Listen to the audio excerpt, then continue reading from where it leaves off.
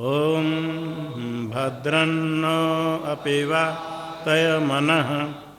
ओम शांति शांति शांति। ओम भद्रं कर्णेभिः शृणुयाम देवाः। भद्रं पश्येमाक्षभिर्यजत्राः।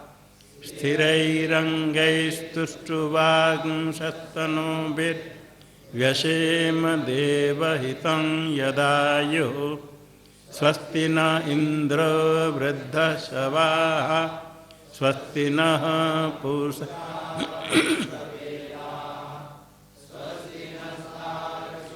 अरिष्टनेमिः।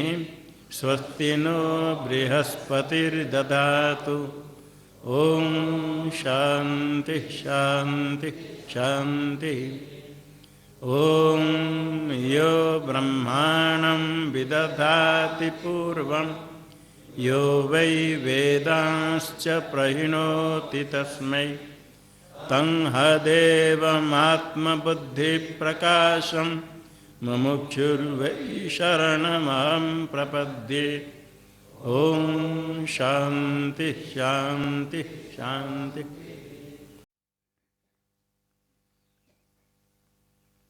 देवभूमि हिमालय के पाद देश में सुरेश्वरी गंगा माता के तट पर ऋषिकेश तपोभूमि में यह ब्रह्म विज्ञान केंद्र श्री कैलाश आश्रम आज यहाँ के अधिष्ठाता श्री अभिनव चंद्रेश्वर की प्रतिष्ठा हुई थी। इस प्रसंग पर और यह वार्षिक उत्सव है।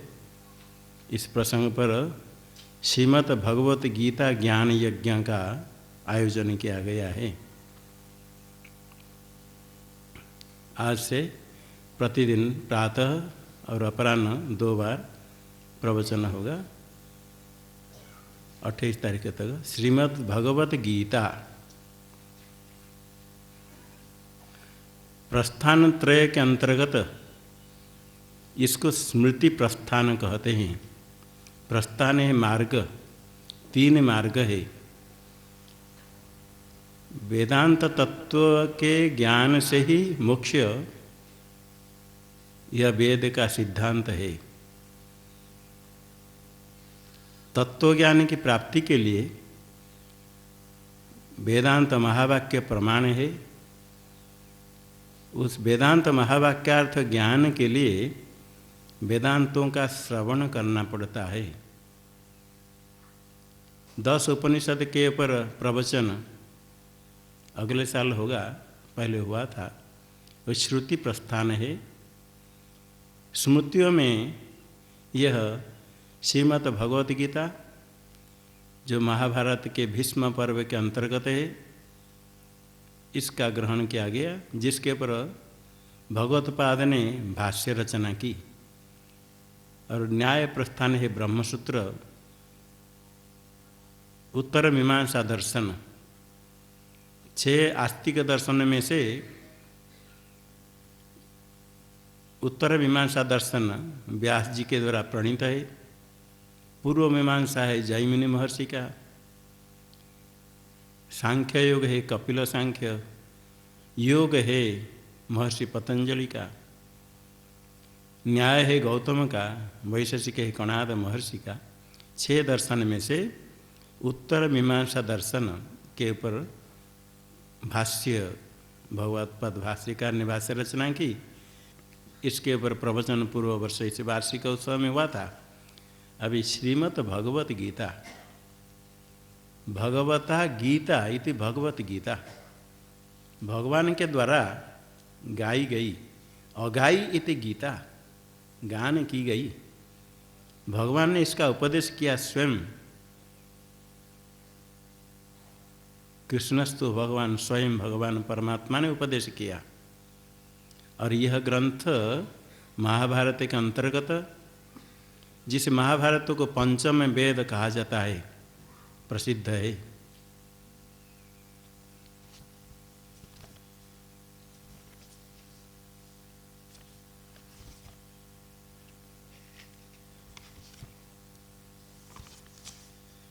भगवान ने स्वयं गान किया। महाभारत की रचना भी करने वाले व्यास जी है, जिन्होंने वेदों का विभाग किया। कोई अन्य पुंडरीकाक्षात महाभारत कृत भवेत। भगवान विष्णु से भिन्न कौन महाभारत रचना करने वाले होंगे। अर्थात भगवान विष्णु के अवतार व्यास जी के द्वारा रचित है महाभारत। और सूत्र ब्रह्मसूत्र भी व्यास जी के द्वारा रचित है। इसलिए सूत्र भाष्य कृतो वंदे जो कह करके सूत्रकार व्यास जी और भाष्यकार जगतगुरु भगवत्पाद ने भाष्य रचना की। इसलिए इन दोनों की वंदना करके अपने संप्रदाय में वेदांत श्रवण प्रारंभ किया जाता है। भारते सर्व वेदार्थो भारतार्थस्य कृत्स्न स गीतायामस्ति तेनेयम सर्वशास्त्रमयी मता।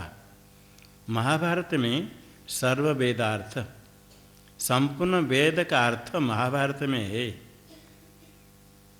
पूरा पूरा सर्व वेदार्थ महाभारत में है। भारतार्थस्य कृत्स्नस्य गीतायामस्ति।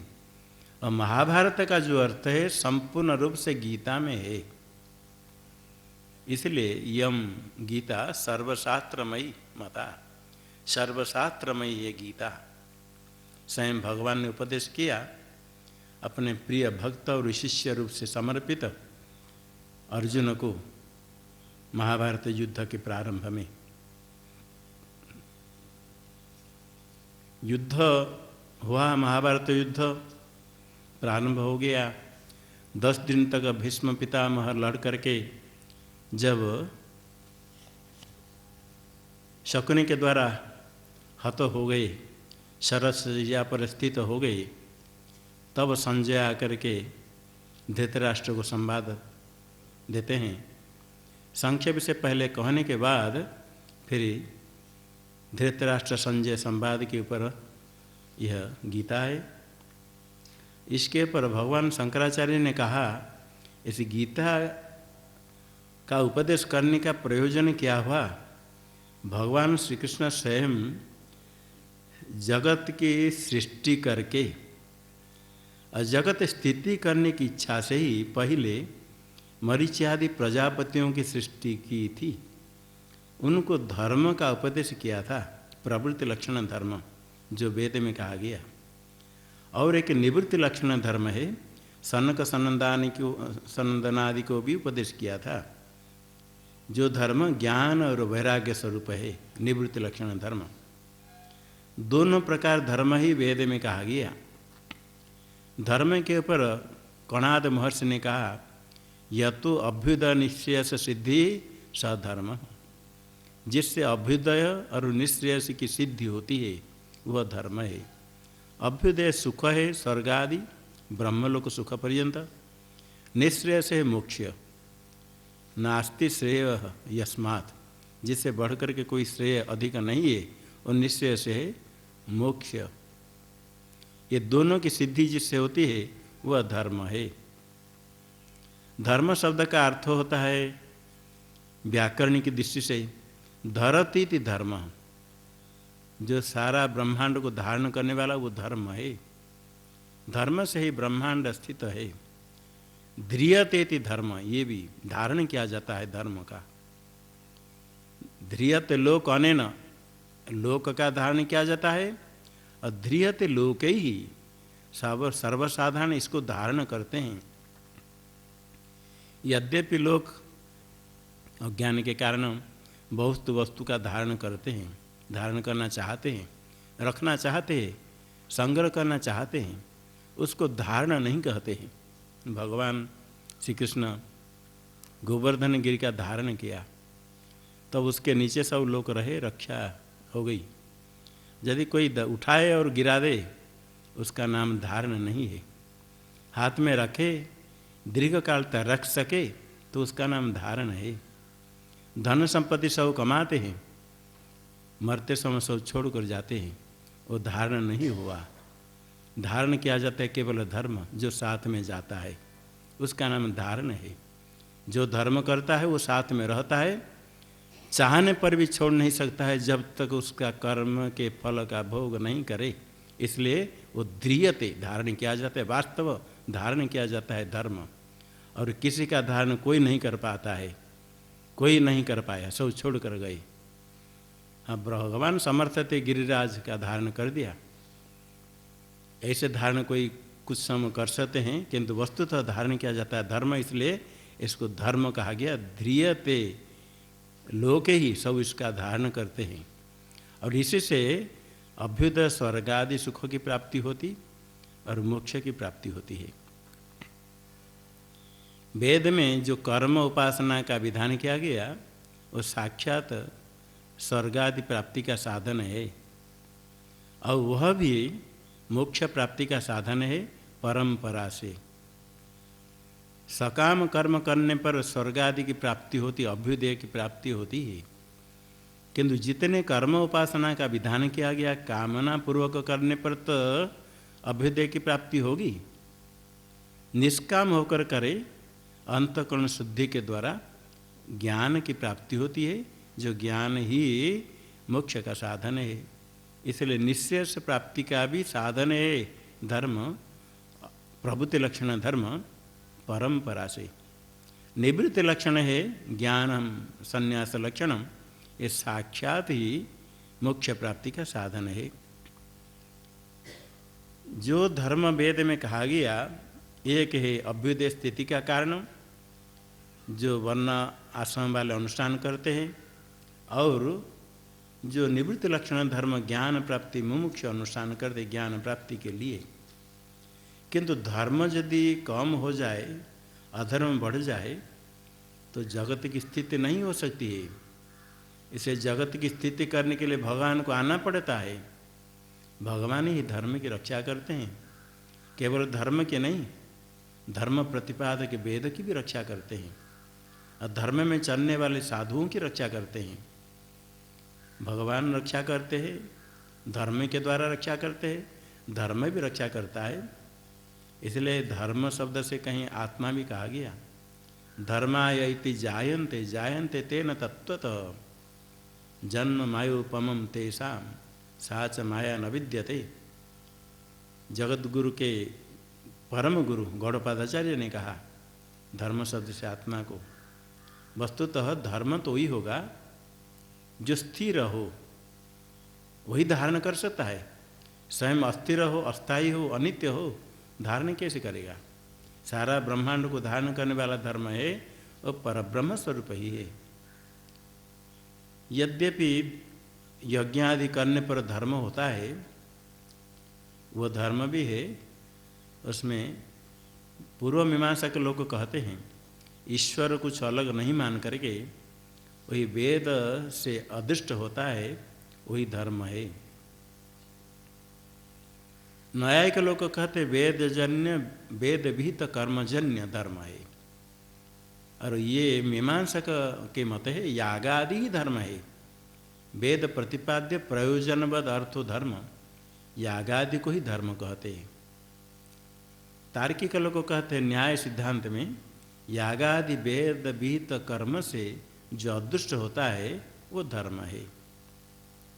वास्तवतः है जितने पदार्थ है सबका पारमार्थिक स्वरूप ब्रह्म ही है। इसलिए धर्म भी वास्तव तत्व ब्रह्म ही है। इसकी रक्षा करने के लिए परमात्मा स्वयं ही समर्थ है, स्वयं ही अवतरित होकर के श्रेष्ठ अधिकारी को उपदेश करते हैं धर्म का। प्रभुति लक्षण धर्म हो, निवृत्ति लक्षण धर्म हो, दोनों का ही उपदेश करते हैं श्रेष्ठ अधिकारी की। श्रेष्ठ पुरुष यदि शास्त्रीय मार्ग पर चले तो अन्य लोग उसके अनुकरण करते हैं, लोगों का कल्याण होता है। तो भगवान स्वयं यद्यपि भूतों का ईश्वर है, नित्य है, शुद्ध है, मुक्त स्वरूप है, बुद्ध है, ज्ञान स्वरूप है, निर्गुण है, फिर भी माया से देहवान जैसे, जन्म हुए जैसे, लोक अनुग्रह करते हुए जैसे, ऐसे लगता है, शास्त्र में आता है।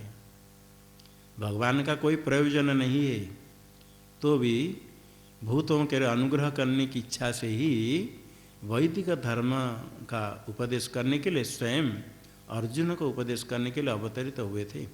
मुख्य उद्देश्य वो था, जगत की स्थिति करना है धर्म की रक्षा करके। जब अज्ञान से ही शोक मोह समुद्र में डूबा हुआ अर्जुन, तब क्या कर्तव्य क्या अकर्तव्य नहीं समझ पाता है, अपना धर्म त्याग करता है युद्ध भूमि में स्थित होकर के। अज्ञान के कारण शोक मोह से दब गया, अभिभूत हो गया, बुद्धि काम नहीं करती, अपना धर्म का त्याग पर धर्म ग्रहण करने के लिए तैयार होता है। भगवान देखते हैं इसका मूल कारण है अज्ञान, और जिससे शोक मोह होता है यही। उसी के कारण धर्म जानता हुआ शास्त्र ज्ञान है, फिर धर्म त्याग करना चाहता है। उसे धर्म का उपदेश करने के लिए, और जो अज्ञान की निवृत्ति होगी ब्रह्म विद्या से ही, क्योंकि अज्ञान ब्रह्म का है। इसी ब्रह्म विद्या का उपदेश करने के लिए ही गीता का प्रारंभ हुआ। अर्जुन है श्रेष्ठ अधिकारी, तो उनके द्वारा ग्रहण होने पर उसका अनुकरण लोग करेंगे, विस्तार को प्राप्त करेगा, सब जनता का, सब साधारण लोगों का कल्याण होगा। इसी गीता शास्त्र है संपूर्ण वेदार्थ का संग्रह संक्षेप से, सार रूप से। इसकी व्याख्या बहुत प्रकार, बहुत व्याख्या है, उसमें बहुत अपने अपने मत के ओर व्याख्या करने के लिए प्रयास करते हैं, खिंचतान करके कुछ कुछ अर्थ को अनर्थ करना चाहते हैं। इसलिए भगवान भाष्यकार ने स्पष्ट अर्थ करने के लिए भाष्य रचना की, उसके आधार पर हम श्लोकों का व्याख्यान करेंगे। धर्म में सत्य ये कहा गया, एक धर्म मुख्य ही है, दो धर्म है,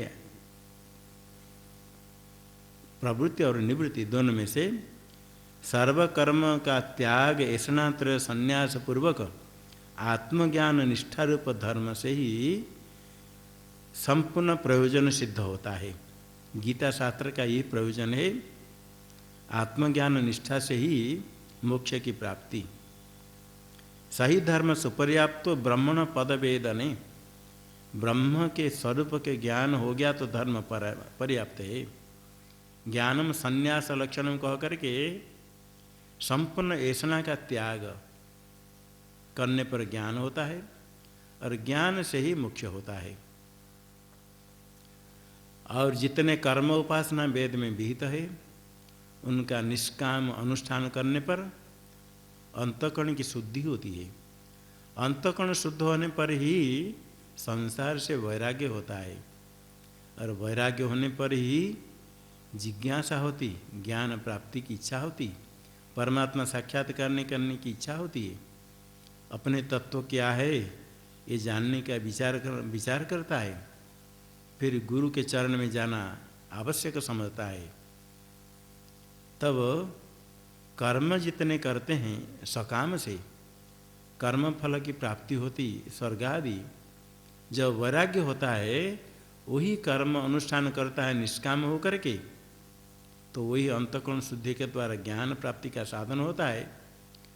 इसीलिए ही वेद में जितने धर्म यज्ञ आदि का उपदेश किया गया, ये ज्ञान के लिए। सर्वे वेदायत पदमामनंती, ब्रह्म तत्व का ज्ञान साक्षात्कार करने के लिए संपूर्ण वेद है।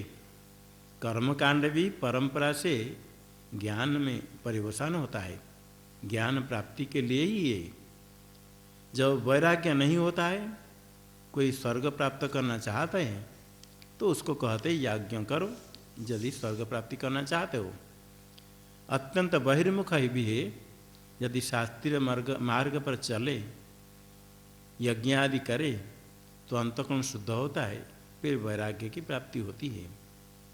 वैराग्य प्राप्ति हुई ये आपको पता चलेगा जब आपके संसार से दोष दिखे, संसार में दोष दृष्टि हुई। अंतःकरण शुद्धि का ये परिचय है जब वैराग्य होता है, और वैराग्य होता है तो संसार में दोष दिखता है, कहीं भी आसक्ति नहीं होती है। सर्वत्र दुख है, सर्वम दुखमेव सर्वम विवेकिनः। अज्ञानी को सर्वत्र सुख दिखता है, ऐसा बहुत है तो सर्वत्र बहुत अच्छा मुझे मिल जाए इच्छा होती है।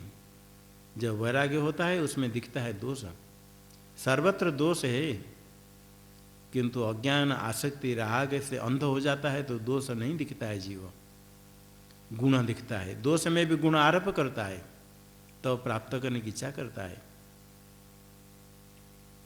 इसी की निवृत्ति के लिए साधक होना चाहिए। अर्जुन पहले उपस्थित होकर के विषाद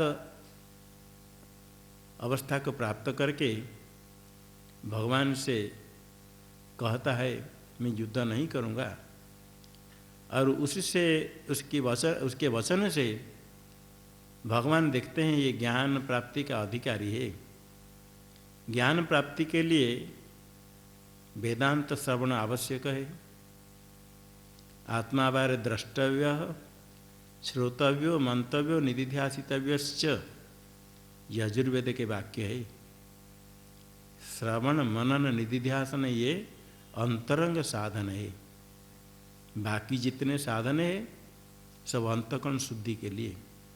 तो वेदांत श्रवण से तो ज्ञान होगा, मनन निधिध्यासन पूर्वक वेदांत श्रवण करे, किंतु वेदांत श्रवण करने के लिए भी योग्यता की प्राप्ति होती है जब साधन चतुष्टय संपन्न होता है। 4 साधन क्रम से दिखाएंगे अर्जुन किस प्रकार साधन चतुष्टय संपन्न है, तब ज्ञान प्राप्ति के योग्य होने से उसको ही भगवान उपदेश करते हैं। इसमें 18 अध्याय है, 3 भाग करेंगे तो 6 एक षटक में 6 अध्याय। प्रथम षटक में कर्म, वेद में भी कर्म उपासना ज्ञान, ऐसे 3 भाग से 1 लक्ष मंत्र में से 80,000 मंत्र वेद में कर्म प्रतिपादक, 16,000 मंत्रों का तात्पर्य उपासना में, 4,000 मंत्र है ज्ञान कांड में। इसमें प्रथम षटक 6 अध्याय कर्म प्रतिपादन करने के लिए, उससे अंतःकरण शुद्ध होने पर सप्तम अध्याय से लेकर के 12 अध्याय समाप्ति तक उपासना है। उसके बाद 13 अध्याय से लेकर के अंतिम तक ज्ञान, इस विभाग किया गया कर्म उपासना ज्ञान। और वेदांत वाक्यजन्य ज्ञान होता है, महावाक्यजन्य ही ज्ञान होता है, जो ज्ञान मोक्ष का साधन है। वेदांत महावाक्य में एक जीव का वाचक पद, एक ब्रह्म वाचक शब्द, तत् त्वम असि, अहम ब्रह्मास्मि, अयम आत्मा ब्रह्म, प्रज्ञानम ब्रह्म, 4 महावाक्य 4 वेद के अंतर्गत है। जिसमें क्रियापद नहीं है वहाँ क्रियापद का अध्याय हो जाता है। अयम आत्मा ब्रह्म आगे भवति, प्रज्ञानम ब्रह्म भवति, भूतले घट कह देंगे तो भूतले घटो अस्ति, ये अध्याय हो जाता है। तत् त्वमसि में तत्पद ब्रह्म के लिए, त्वम पद जीव के लिए, और असि क्रियापद है जिसे दोनों की एकता का बोधन होता है। अहम ब्रह्मास्मि ठीक इस प्रकार, अहम शब्द जीव के लिए, ब्रह्म शब्द परमात्मा ब्रह्म के लिए, और अस्मि शब्द क्रियापद है दोनों की एकता के लिए। अन्य 2 महावाक्य में क्रियापद नहीं तो अस्ति भवति शब्द का अध्याय होकर के ये होता है, 3 पद होता है।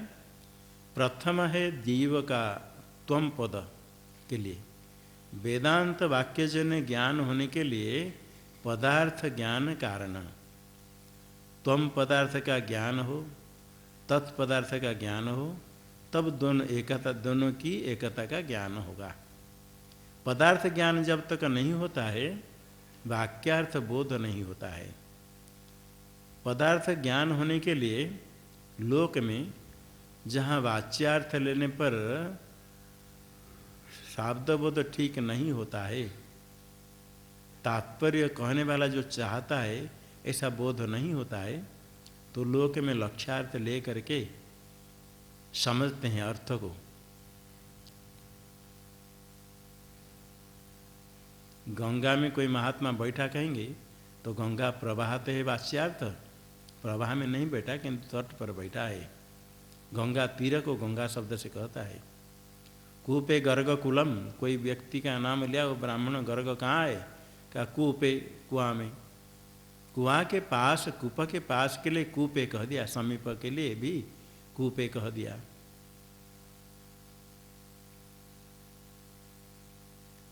ये सोनो धावती रक्तो धावती, घोड़े दौड़ते हैं, कहते लाल दौड़ रहा है। लाल रूप के लिए नहीं, लाल घोड़े के लिए लाल शब्द कह देते हैं। इसी प्रकार बहुत शब्द प्रयोग होता है। कोई व्यक्ति दाढ़ी रखा है तो बुलाने वाले दाढ़ी सुनो, दाढ़ी तो नहीं, दाढ़ी रखने वाले को। ऐसे रिक्शा को बुलाते हैं, केला को बुलाते हैं, केला इधर आओ। बिकने वाले को चाय मंगाते तो कहते हाथ दिखाते, दो लाओ, 2 कप, 2 कप कहते, कप नहीं मांगते, चाय मांगते हैं, कहते 2 कप लाओ, खाली कप नहीं मांगते। तो 2 कप का वाच्यार्थ होता है कप, कटोरा, कप, किंतु लक्ष्यार्थ है चाय। ये लोक में भी ऐसा प्रयोग होता है। वाच्यार्थ को छोड़ करके लक्ष्यार्थ का ग्रहण होता है। रेलवे स्टेशन में जाकर पूछो दिल्ली कितने बजे, कि दिल्ली 1 घंटा लेट है, नहीं तो दिल्ली चली गई। दिल्ली शब्द का वाच्यार्थ है दिल्ली नगरी, किंतु पूछने वाला पूछता है दिल्ली को जाने वाली गाड़ी कितने बजे, और उत्तर देने वाला भी समझता है, कहता दिल्ली 1 घंटा लेट है अथवा दिल्ली चली गई। तो लक्ष्यार्थ को लेकर के व्यवहार लोक में भी होता है। यहाँ भी इस प्रकार तुम ब्रह्म हो जब कहते हैं, तुम शब्द का वाच्यार्थ होता है जीव, जो अल्पज्ञ, अल्पशक्तिमान है, अपने को परिच्छिन्न मानता है, साहंकार अहंकार वाला। अब ब्रह्म शब्द का वाच्यार्थ होता है ईश्वर, जो सर्वज्ञ सर्वशक्तिमान। तो तुम ब्रह्म हो इतने तो समझ आ गया, मैं ब्रह्म हूँ किंतु मैं अल्पज्ञ हूँ, अल्पशक्तिमान। ब्रह्म है सर्वज्ञ सर्वशक्तिमान व्यापक, दोनों कैसे एक होंगे। तो दोनों में एकता होने की संभावना हो तो ज्ञान होगा, नहीं तो शब्द सुनने से पदार्थ बोध हो जाता है। तुम का अर्थ तुम, ब्रह्म का अर्थ परमात्मा, हो का अर्थ तुम ब्रह्म हो। जिस प्रकार कोई सोचे मैं राष्ट्रपति हूँ, किसी ने कह दिया तुम राष्ट्रपति हो, सुन लिया मैं राष्ट्रपति हूँ, शब्दार्थ बोध हो गया, किंतु वाक्यार्थ बोध नहीं होता है। मैं कैसे राष्ट्रपति हूँ, मैं तो रोटी के लिए मांगना पड़ता है मुझे, राष्ट्रपति कैसे। गुरु कहेंगे, पितामाता कहे तुम राष्ट्रपति हो, रटता रहे, तब वो जानता है ये कुछ नहीं है, झूठा है। इसी प्रकार अहम ब्रह्मास्मि रटने से भी नहीं होता है। अहम शब्द का जो वाच्यार्थ है वह ब्रह्म के साथ एक नहीं होता है। ब्रह्म शब्द का जो सर्वज्ञ सर्वशक्तिमान है वाच्यार्थ, उसके साथ त्वम पद का वाच्यार्थ का अभेद श्रुति प्रतिपाद्य नहीं है। एक हो नहीं सकता, अल्पज्ञ और सर्वज्ञ दोनों एक ही कैसे होगा। यदि अल्पज्ञ है तो सर्वज्ञ नहीं है, सर्वज्ञ है तो अल्पज्ञ नहीं, परिच्छिन्न है तो अपरिच्छिन्न नहीं। जीव अपने को परिच्छिन्न मानता है, परमात्मा व्यापक है, एक ही कैसे होगा। तो वहाँ वाच्यार्थ का त्याग करके लक्ष्यार्थ लेना पड़ता है। तो त्वम शब्द का लक्ष्यार्थ समझे, तत्पद का लक्ष्यार्थ समझे, तब दोनों की एकता का ज्ञान होगा। इसलिए इसमें प्रथम षटक में 6 अध्याय में त्वम पदार्थ का शोधन किया गया। इसको कहते पदार्थ का शोधन। शोधन के मैला को साफ करना, कचरा को हटाना। त्वम पदार्थ शोधन करने के लिए जो जीव की उपाधि, उपाधि के कारण जो धर्म, इनको छोड़ना। स्फटिक रक्तवर्ण नहीं श्वेत है, पास में रक्त पुष्प रखा तो स्फटिक में लालिमा दिखती है। स्फटिक में जो लालिमा है उपाधि के कारण, उपाधि है पुष्प, पुष्प को हटा दिया तो उपाधि का लालिमा भी हट जाती है, तो शोधन हो गया, स्फटिक साफ दिखता है। इसी प्रकार त्वम पद का जो लक्ष्यार्थ है वो शुद्ध चैतन्य है, किंतु अज्ञान के कारण देहादि में अहम बुद्धि होती है। अंतकरण को, देह को मैं मान करके अपने को परिच्छिन्न मानता है, सुखी दुखी मानता है। जन्म मरण वाला मानता है। इसमें जो उपाधि, अंतकरण, अविद्या और उसके कारण जो धर्म, इन सब को छोड़ने पर शुद्ध चेतन का ज्ञान होगा। ये त्वम पद का लक्ष्यार्थ का बोध। त्वम पदार्थ का बोध होने के लिए, लक्ष्यार्थ का बोध होने के लिए प्रथम 6 अध्याय में उपदेश किया गया। त्वम पदार्थ का बोध होने के बाद फिर तत्पदार्थ का शोधन करना चाहिए। पहले मैं कौन हूँ इसको समझिए। मैं कौन हूँ, क्या हूँ नहीं समझ करके मैं ब्रह्म, मैं कहते समय ये नख से लेकर शिखा तक पूरा शरीर उपस्थित होता है। अब ब्रह्म है व्यापक, परिच्छिन्न जीव मैं हूँ, व्यापक ब्रह्म कैसे हूँ। त्वम पदार्थ का शोधन करने के लिए जैसे जैसे कहा गया, विरोधी अंश को, औपाधिक अंश को त्याग करके शुद्ध चेतन लेने के लिए ये प्रथम षटक में ही उपदेश किया गया, जिसका तात्पर्य त्वम पदार्थ शोधन में। उसके बाद तत्पदार्थ का शोधन करने के लिए सप्तम अध्याय से द्वादश अध्याय समाप्ति तक तत्पदार्थ शोधन करने के लिए, तत्पद का वाच्यार्थ है ईश्वर, जो सर्वज्ञ सर्वशक्तिमान। सर्वज्ञत्व सर्वशक्ति भी उपाधि के कारण, माया है उपाधि। मायाम तो प्रकृति विद्यान मायिनम तो महेश्वरम, माया भी है ईश्वर। माया के कारण ही वो सर्वज्ञ है, सर्वशक्तिमान है। माया रूप उपाधि से अलग है ब्रह्म, ये समझे। और माया के कारण जो धर्म सर्वज्ञत्व सर्वशक्तिमत्व वो माई का है, वास्तव नहीं है। तो माया रूप उपाधि, औपाधिक धर्म को छोड़ करके शुद्ध चेतन को ग्रहण करे तो ये तत्पदार्थ शोधन करके तत्पदार्थ का ज्ञान होता है। शोधन करके तत्पदार्थ ज्ञान होने पर तभी असी कह करके हो, तुम ब्रह्म हो, दोनों की एकता का बोधन करने के लिए त्रयोदश अध्याय से आरंभ होता है, अष्टादश अध्याय समाप्ति तक एकत्व बोधन करने के लिए। मैं ब्रह्म हूँ ये ज्ञान होगा जो अधिकारी साधन चतुष्टय संपन्न हो, क्रमशः वेदांत श्रवण करे, त्वम पदार्थ का तत्पदार्थ का शोधन करे, फिर एकत्व के लिए आगे त्रयोदश अध्याय के आगे उपदेश है, उसके श्रवण से ज्ञान होता है। ज्ञान होने के लिए पदार्थ शोधन आवश्यक, त्वम पदार्थ का ज्ञान होना चाहिए। इसलिए प्रथम षटक में त्वम पदार्थ का शोधन, 2 प्रकार विभाग है। प्रथम षटक कर्म, द्वितीय षटक उपासना में, तृतीय षटक ज्ञान में, ये एक विभाग है। और दूसरा विभाग है प्रथम षटक में त्वम पदार्थ का शोधन, द्वितीय षटक 6 अध्याय में तत्पदार्थ का शोधन, तृतीय षटक 6 अध्याय में दोनों के एकत्व का बोधन। अभी प्रथम षटक है, इसमें त्वम पदार्थ शोधन किया जाएगा। पहले साधन चतुष्टय होने पर ही वेदांत श्रवण करना होता है, वेदांत श्रवण जन्य ज्ञान प्राप्त होता है। जो साधन चतुष्टय है तो अच्छा है, यदि साधन चतुष्टय नहीं है, समझे वो साधन में कमती है तो उसको पूरा करने का प्रयास करे। जितने कर्म उपासना सब अंतःकरण शुद्धि का साधन है, वेदांत श्रवण ज्ञान का तो साधन है, अंतःकरण शुद्धि का भी साधन है।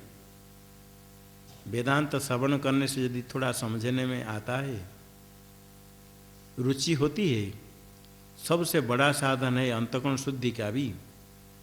दिने दिने तो वेदांत श्रवणात् भक्ति संयुतात् गुरु शुश्रूषया लब्धात् कृच्छ्राशीति फलम लभेत। दिने दिने प्रतिदिन 80 कृच्छ्र व्रत का फल प्राप्त होता है प्रतिदिन। एक कृच्छ्र के चांद्रायण करने में कितने प्रयास करना पड़ता है, बहुत प्रयास करना पड़ता है। एकादशी व्रत करते हैं तो भी एक दिन ही निर्जल नहीं, सब खा करके रहे तो भी नहीं चलता है। फलाहार होता है, पर्याप्त खाओ तो भी बड़े कठिन होता है। और शिवरात्रि व्रत एक दिन का साल में, रात्रि में जागरण है, कितने लोग व्रत संपूर्ण करते हैं उनको मालूम है। रात्रि जागरण में पर्याप्त प्रयास करते हैं तो भी झटका लग जाती है। व्रत पूरा करना बड़े कठिन है, किंतु प्रतिदिन वेदांत श्रवण करने पर 80 कृच्छ्र व्रत का फल प्राप्त होता है। तप कठिन तप है। दिने दिने तो वेदांत श्रवणात् भक्ति संयुतात्, श्रद्धा भक्तिपूर्वक करने पर ही फल प्राप्त होता है। गुरु शुश्रूषा लब्धात्, वेदांत श्रवण के लिए गुरु शुश्रूषा कारण है ज्ञान प्राप्ति के लिए, उससे ही प्राप्त होता है। कृच्छ्रासीति फलम लभेत। गुरु शुश्रूषया विद्या पुष्कलेन धनेन वा अथवा विद्या विद्या चतुर्थम नैव कारणम। 3 ही साधन है विद्या प्राप्ति के लिए। गुरु शुश्रूषया विद्या, सेवा से, अथवा पुष्कलेन धनेन वा, पुष्कलेन धनेन, धन थोड़े नहीं, पुष्कल पर्याप्त धन। याज्ञवल्क्य महर्षि को जनक जी कहते थोड़ा उपदेश सुनना, कहते गो सहस्रम ददामी अत ऊर्ध्वम विमोक्षाय ब्रूहि। 1000 गो देता हूँ, फिर आगे उपदेश कीजिए। फिर सुनने के बाद पहुँचे गो सहस्रम ददामी अत ऊर्ध्वम विमोक्षाय ब्रूहि, फिर आगे उपदेश कीजिए। दृप्त बाला के आया, काशीराज के पास गया, अजात शत्रु के पास कहा ब्रह्मते ब्रह्माणी, मैं तुमको ब्रह्म का उपदेश करूं। वो खुश हो गए काशीराज। अजात शत्रु कहते इसके लिए तो मैं तुमको 1000 गो दान करता हूँ, इसी वाणी के लिए। जब तुमने मेरे पास आकर कहा मैं ब्रह्म का उपदेश करूं, इतने मात्र के लिए 1000 गो दान कर रहा हूँ। आगे उपदेश करोगे तो उसकी दक्षिणा अलग है। ब्रह्मते ब्रह्माणी मेरे पास आकर तुमने कहा, बड़ा मेरा बहुत बड़ा भाग्य है।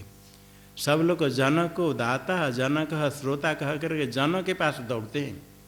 जनक दान करने वाला, श्रवण करने वाला कह करके बड़े बड़े विद्वान जनक के पास दौड़ते हैं।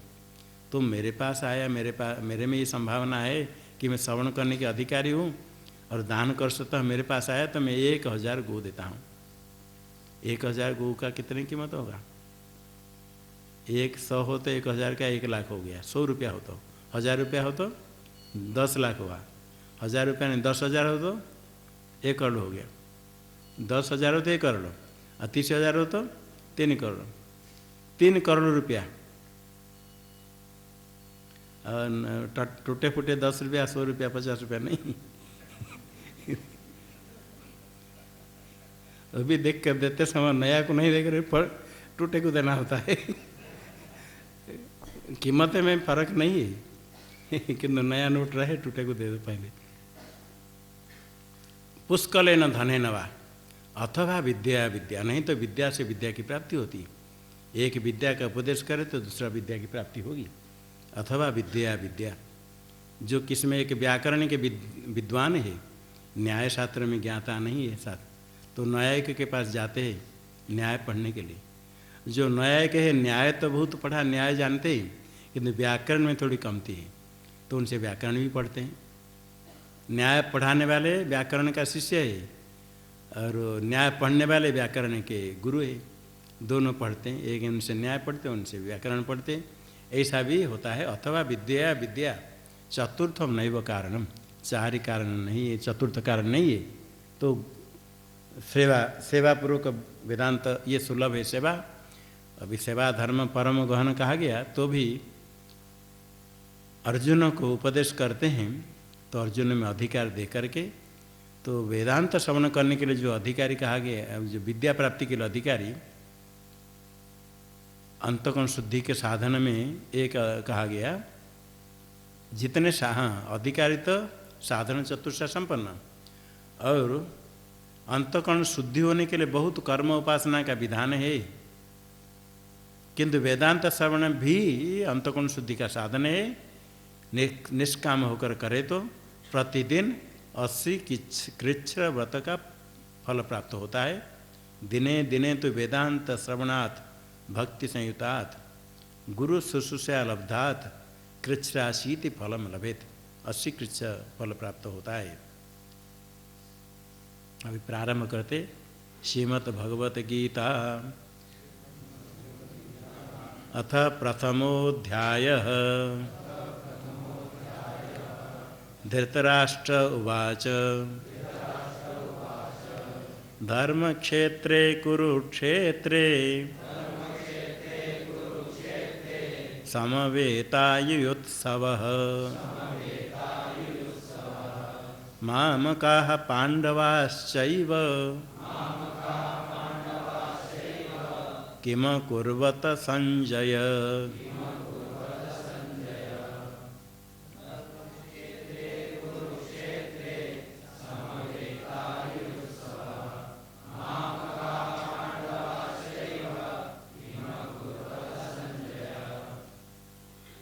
इसके पहले संजय ने युद्ध के विषय में संक्षेप से बोल दिया था। भीष्म सरसज्जा में शायी हो गए थे, जैसे वृक्ष महान वृक्ष है, गिर जाने पर जैसे धराशायी हो गया जैसे दिखता है। भीष्म पितामह 10 दिन तक युद्ध करके बहुत संख्यक सैन्य को मार करके अभी धरा में गिरे हुए। इस प्रकार ये संवाद मिल गया था। संवाद मिलने के बाद धृतराष्ट्र थोड़ा जो सुनना चाहते हैं, ये नहीं कि बिल्कुल पता नहीं था, सुनने के बाद पूछते हैं। उनका पूछने का तात्पर्य कहते क्या किया माम का पांडवा शिव किम अकुर्वत, क्या क्या पूछने का तात्पर्य नहीं क्या युद्ध। कहीं कहीं व्याख्याकार इसे कहते हैं क्या युद्ध हुआ, युद्ध नहीं करके पांडव लोग धर्म के कारण युद्ध से ऊपर तो हो गए क्या, तो हमारे पुत्र की जय हो जाएगी, खुश हो जाएंगे। ये ऐसे कुछ लोग व्याख्याकार कहते हैं।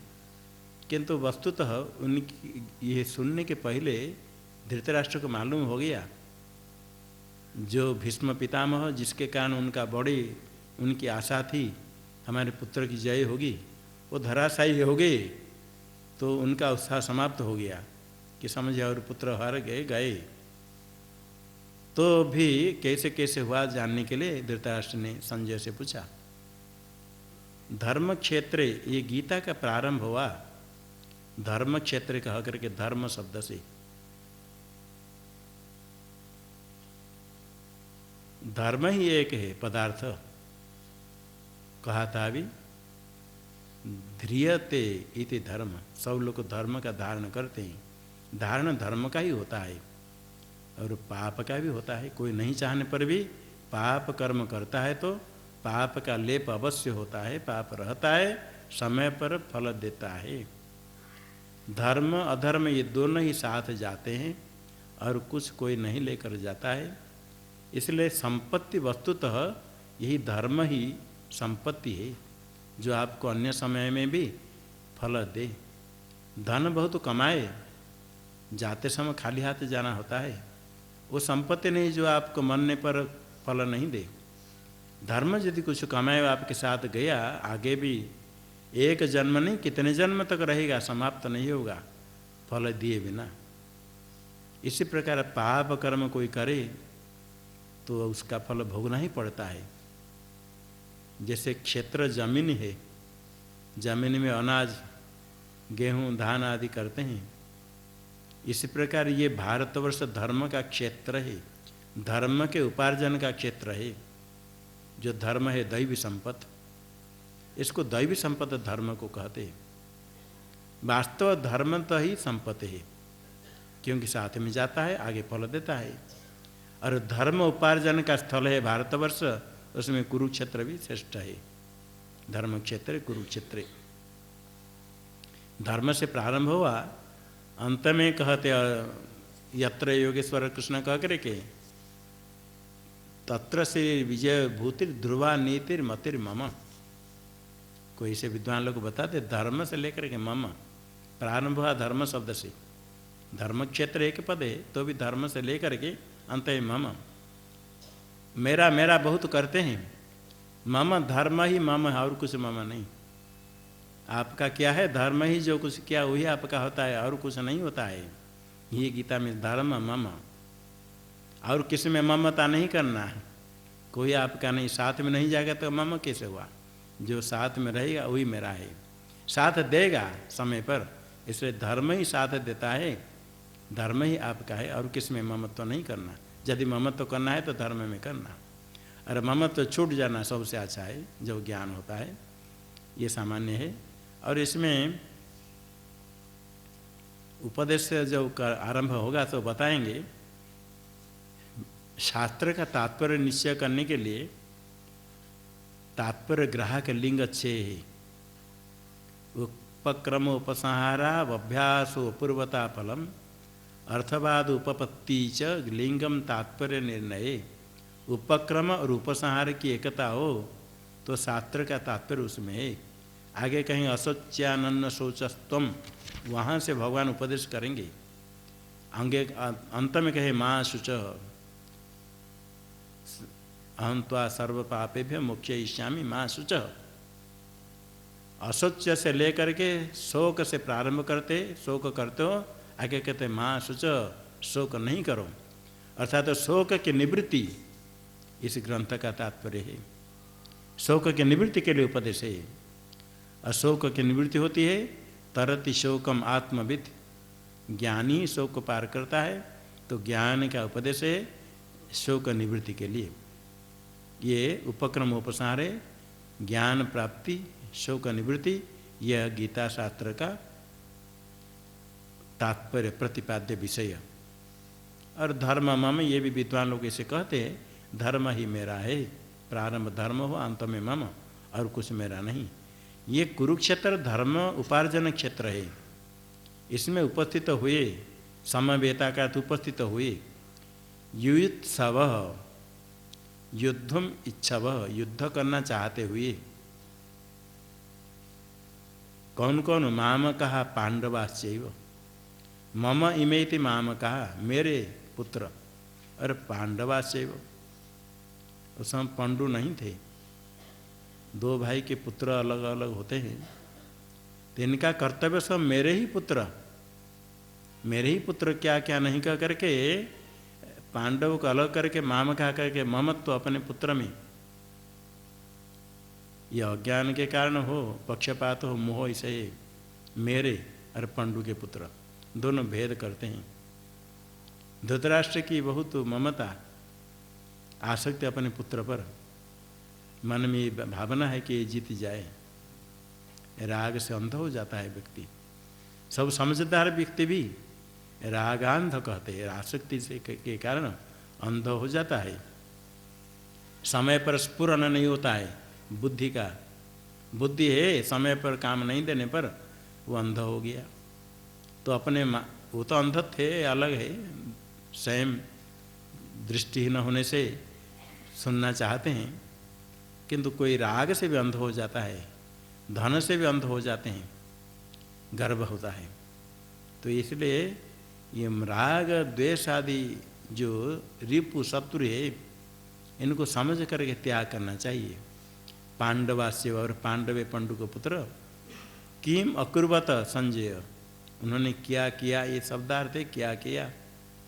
उसमें कोई कोई कहते क्या किया, अर्थ क्या, युद्ध वस्तुतः हुआ या धर्म क्षेत्र में उपस्थित होने के कारण क्या युद्ध, धृतराष्ट्र आदि के मन में धर्म उदय हुआ, आधा राज्य दे दिया क्या, क्या पांडवों के मन में धर्म के कारण युद्ध से वो लोग उपरत हो गया क्या, इस भावना से पूछा, ऐसे कुछ विद्वान लोग को कहते, व्याख्याकार व्याख्या करते हैं।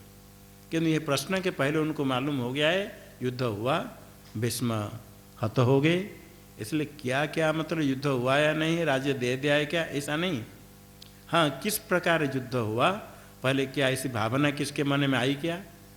धर्म के कारण स्थान का महात्म्य होता है, सब लोग का अनुभव है, कहीं जाने पर वासना बढ़ती है, मंदिर में सत्संग में स्थल पर बैठो वैराग्य होता है, तपोभूमि का महात्म्य होता है, धर्म क्षेत्र का महात्म्य में से कुछ किसके मन में धर्म बुद्धि में आया क्या, यह प्रश्न हो सकता है। और युद्ध तो हुआ क्या, धर्मपूर्वक युद्ध हुआ या अधर्म से युद्ध हुआ।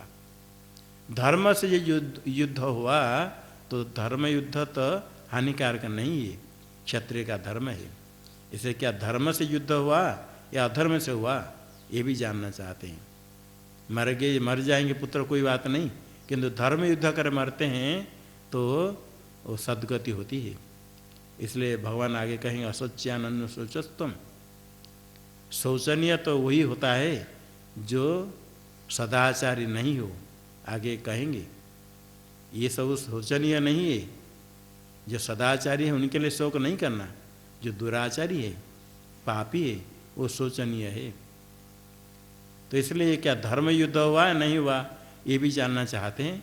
इस अभिप्राय से प्रारंभ करने के लिए धृतराष्ट्र का प्रश्न है संजय के प्रति। और संजय है दिव्य चक्षु प्राप्त करते हैं। क्या हुआ? व्यास जी के द्वारा सम्यक जयति रागादिनी रिपुन, सबको जय करने वाले संजय राग द्वेष रहित है। इसे संजय तुम हो, राग द्वेष रहित होकर ठीक ठीक बताओ, तभी तो ठीक युद्ध में क्या क्या हुआ जानना होगा। नहीं तो कोई किसके प्रति पक्षपात कर कुछ बोले तो ठीक ठीक नहीं बोलेगा, थोड़ा शब्द हेर फेर कर देगा। इसलिए कहते संजय कह कर संजय किसे किम अकुर्वत हे संजय, तुम संजय हो तो राग द्वेष छोड़ करके ठीक ठीक बताओ। संजय उवाच दृष्ट्वा तु पांडवानीकं व्यूढ़ं दुर्योधनस्तदा आचार्यमुपसंगम्य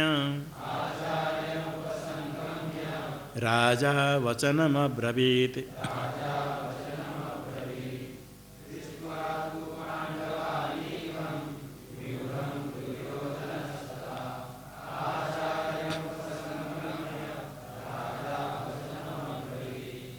संजय पहले बता देता है तुम जो सोचते हो तुम्हारे पुत्र की जय संभावना नहीं है, वो तो दुर्योधन उनके सेना को देख करके ही भागा द्रोणाचार्य के पास। दृष्टवा तू, सेना को देख करके ही भयभीत हो गया।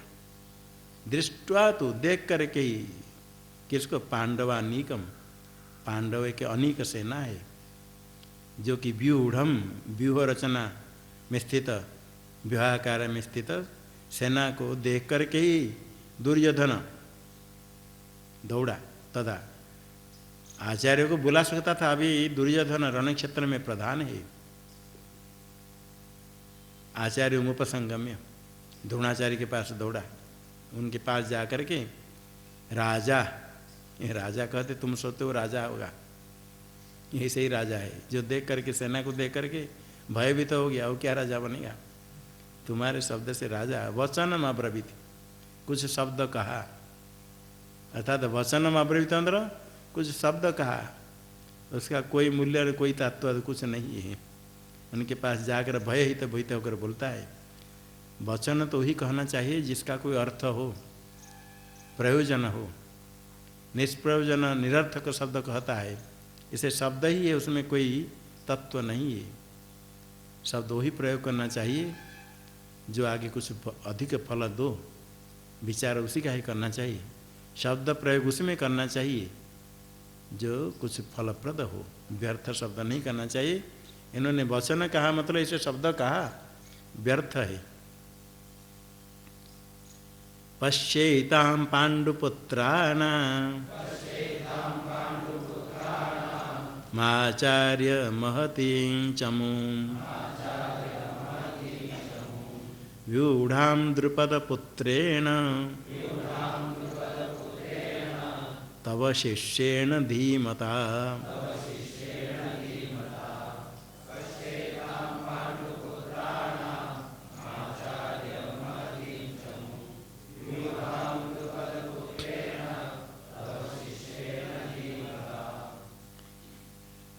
हे आचार्य, एतां पांडुपुत्राणां महतीं चमुं तव शिष्येण धीमता द्रुपद पुत्रेण व्यूढ़ां पश्य। हे आचार्य, द्रोणाचार्य से कहते हैं, एतां पश्य, इन पांडुपुत्रों के महतीं चमुं, बड़ी सेना को देखो। ये तो स्वयं देखकर भयभीत हो गया। उनको कहता तो आप भी देखो, देख करके सावधान हो, जिस प्रकार हम जीतेंगे। आप सोते पांडव थोड़े अल्प है, हम बहुत है, थोड़ा प्रमाद होगा तो हार जाएंगे। तो देखो महतीम समूह बड़ी सेना है पांडुपुत्रा नाम, व्यूढ़ाम द्रुपद पुत्रेण तव शिष्येण धीमता। और ये इसके व्यूह रचना करने वाले द्रुपद के पुत्र है, आपका शिष्य है धृष्टद्युम्न, द्रुपद पुत्र है, तब शिष्य आपका शिष्य देखो आपके विरुद्ध में खड़ा है, आपका तो शिष्य है अभी खड़ा है आपके विरुद्ध में। धीमता कितने बुद्धिमान हो देखो, अर्थात आप शब्द से नहीं कहता, वो तो बुद्धिमान है। आप क्या समझते हो, अपने को गुरु मानते हो आचार्य मानते हो, आपसे विद्या सीख करके आपके विरुद्ध में खड़ा है बुद्धिमान। देखो इनके द्वारा जो रचना की गई इसको थोड़ा देखो, देख करके समझ करके तैयार हो। ये कहने का अभिप्राय है, ये उपेक्षा करने के नहीं है। ऐसा कह करके उनको थोड़ा उत्तेजित कर, देखो तुम्हारे शिष्य के तुम्हारे विरुद्ध में खड़ा है। द्रोणाचार्य धन विद्या में पारंगम है, वो जी चाहेंगे तो जय हो जाएगी, इसलिए उनको थोड़ा सा कहते देखो तुम्हारे बुद्धिमान शिष्य कैसे तुम्हारे विरुद्ध में खड़ा है, थोड़ा देखो। अत्र शूरा महेश्वासा भीमार्जुन समायुधि युयुधानो विराटश्च द्रुपदश्च महारथ।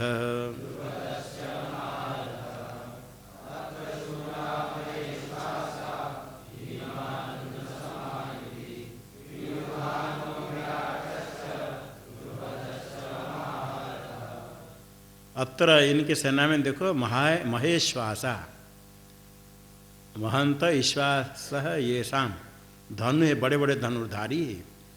महेश्वासा सूर है, बड़े बड़े धनुर्धानी है। भीमार्जुन समा, केवल एक भीम एक अर्जुन दो ही नहीं, उनके समान ये शूर सब विद्यमान है, भीम अर्जुन के समान। दुर्योधन का थोड़ा भीम अर्जुन से भय है, कहते उनके जैसे ही और भी खड़े हैं। देखो ये दो केवल नहीं है, भीमार्जुन के समान महेश्वासा बड़े बड़े धनुर्धानी है, युद्ध में स्थित है। पहला तो युयुधानो, अतिशय ने युद्धति, युयुधानो अत्यंत युद्ध करने वाले सात्यकी है। अरे विराटस्य, विराट क्या शत्रुन विशेषण रटयति, चिल्लाएंगे शत्रु। विराट यदि युद्ध में खड़ा हो गया, अपने विपक्ष में स्थित शत्रु रटेंगे, चिल्लाएंगे।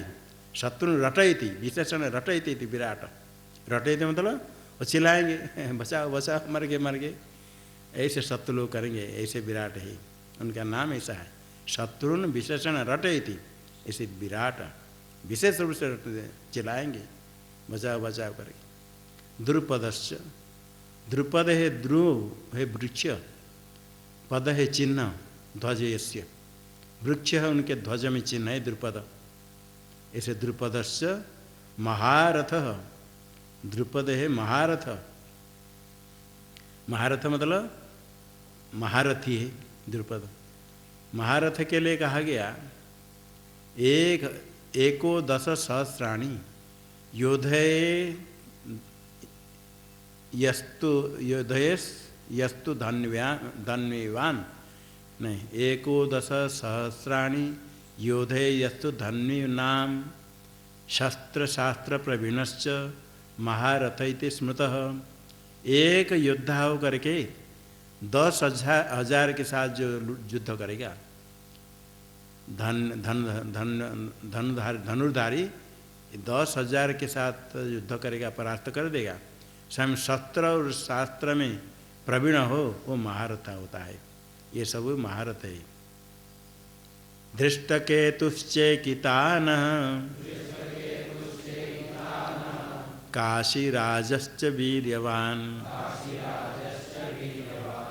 पुरुजित कुंती भोजश्च शैव्यश्च नरपुंगवः।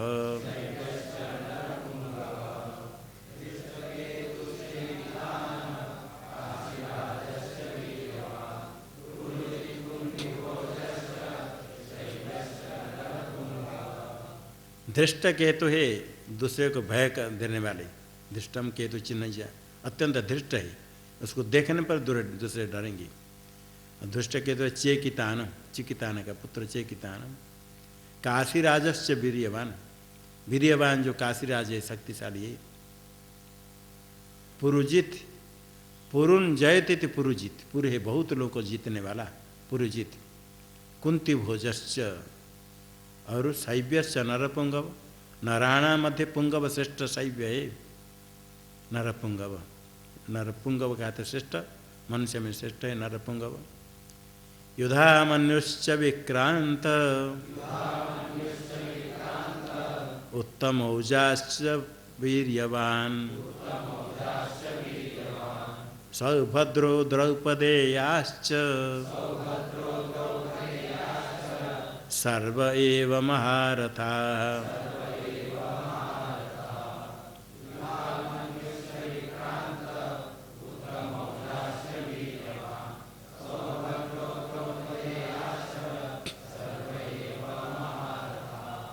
युधामन्युश्च, युधामन्यु है, युधायाम मन्युर्यस्य, मन्यु है कोप वेग, युद्ध में जो अत्यंत कोप करने वाले युधामन्यु है, अत्यंत कोप कर लड़ने वाले। विक्रांत, युद्धामन्युश्च विक्रांत पराक्रमी है। और उत्तम औजाश्च वीर्यवान, उत्तमम ओज यस्य, जिसके ओज तेज श्रेष्ठ है, ऐसे पांचाल है, वीर्यवान शक्तिशाली है। सौभद्र, सुभदाया अपत्यम सौभद्र अभिमन्यु है, सुभदा के पुत्र। द्रौपदेयास्य, द्रौपदी के पुत्र में द्रौपदेय है, प्रतिविंध्यादि है, 5 है। सर्व एव महारथा, सर्व एव महारथा, सब महारथ है, सामान्य कोई नहीं। एक एक 10-10 हजार को परास्त कर देंगे। तो इसलिए इनकी उपेक्षा करने का नहीं है, देखो ठीक करके। अस्माकं तु विशिष्टाये तान् निबोध द्विजोत्तमम्। नायका मम सैन्यस्य संज्ञार्थं तान् ब्रवीमि ते।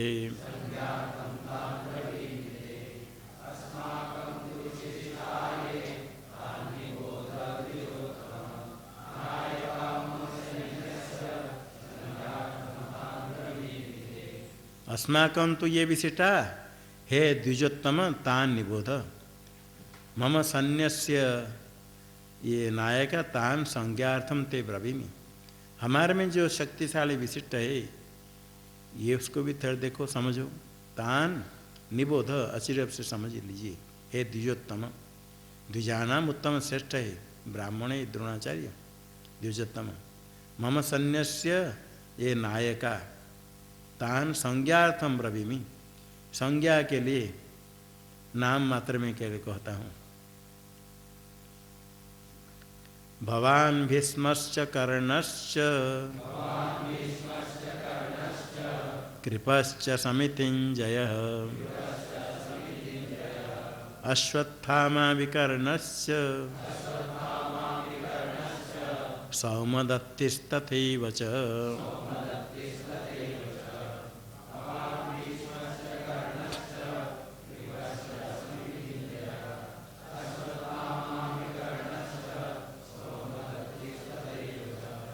पहले कहता है आप भगवान, आप सबसे। भीष्मश्च, उसके बाद भीष्म में भी है, कम नहीं है। द्रोणाचार्य भी, भीष्म भी है, कर्णश्च, कृपा है, कृपाचार्य है, चिरंजीवी। समितिम जय, समितिम युद्ध क्रिया को जीतने वाले, सब बड़े बड़े वीर की युद्ध करते हैं तो उनको भी जीतने वाले, समितिम जय। अश्वत्थामा, अश्वत्थामा बलि व्यास हनुमान से विभीषण कृप परशुरामश्च, ये चिरंजीवी है, सप्तैत चिरंजीवी न। विकर्णश्च, अपने भ्राता है विकर्ण, वो भी बड़े बलवान है। सौमदत्ति तथैव च, उसी प्रकार सौमदत्ति, सौमदत्त से अपत्यम सौमदत्ति, भूरिश्रवा नाम है, वो भी इनको समझिए। अन्ये च बहवः शूरा मदर्थे त्यक्तजीविताः नाना शस्त्र प्रहरणाः सर्वे युद्ध विशारदाः।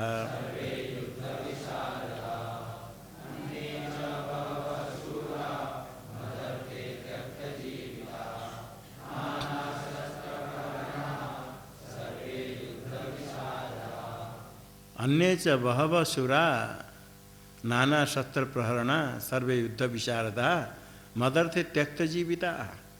बड़े बड़े सुर मेरे लिए जीवन को छोड़ करके नाना शस्त्र प्रहरणा शस्त्राणि च प्रहरणानि च शस्त्र प्रहरणानि नाना शस्त्र प्रहरणानि ये शाम अनेक शस्त्र प्रहार करने वाले प्रहरण शस्त्र प्रहार करने वाले शस्त्र है उनका प्रहरण है नाना शस्त्र प्रहरण से युक्त है। अस्त्र होता है क्षेपणास्त्र शस्त्र है। सर्वे युद्ध विशारदा युद्ध में सब अत्यंत कुशल है जो कि मेरे लिए जीवन का त्यक्त जीविता त्यक्तम जीवतम यही जीवन की आशा छोड़ करके खड़े युद्ध करने के मदर थे मेरे लिए युद्ध करने के लिए। अपर्याप्तम तदस्माकं बलम भीष्माभिरक्षितम् पर्याप्तं त्विदमेतेषां बलम भीमाभिरक्षितम्।